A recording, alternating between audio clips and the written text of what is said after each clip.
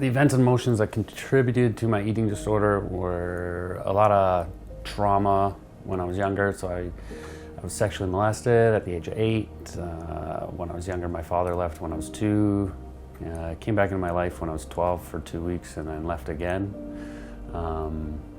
So that's when a lot of my issues developed with my eating disorder. I think I started coping a lot with food when I was 12 years old, dealing with my depression and stuff.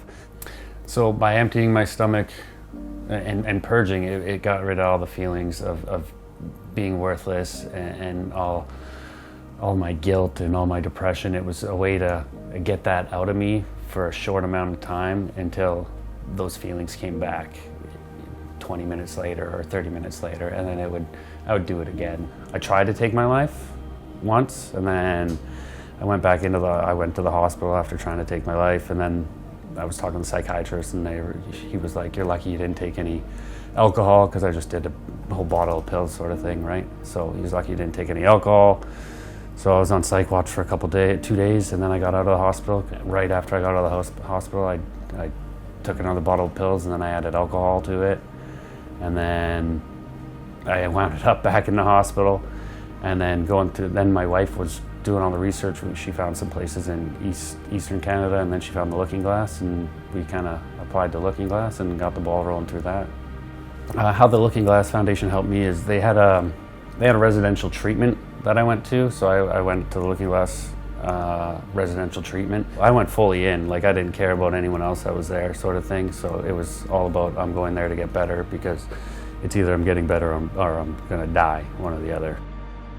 The stigma based around eating disorders is not based around male. They've really brought attention to the fact that males do also get eating disorders. Being a volunteer and mentor in the Hand in Hand program, I get it set up with one participant that's wanting to join or just have another resource of trying to get help through their eating disorder. So I've had experience by going through it and living with an eating disorder, so it's just having someone else that has something in common with you that's kind of gone through it and is on the other side of it, of the recovery side of it, instead of being in the moment and being in your eating disorder. So the money raised for the Looking Glass by all the donations that come in through the people is very significant in people's recovery, I believe.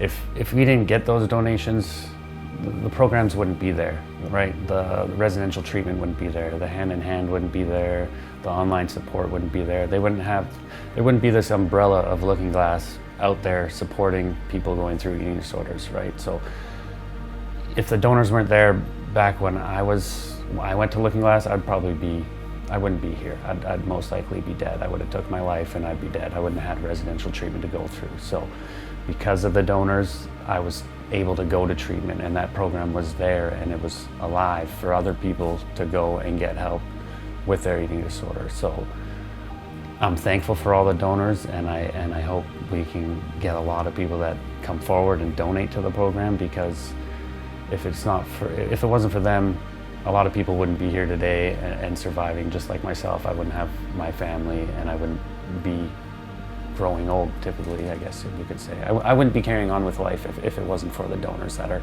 here today and helping out. I've learned how to look at myself differently now.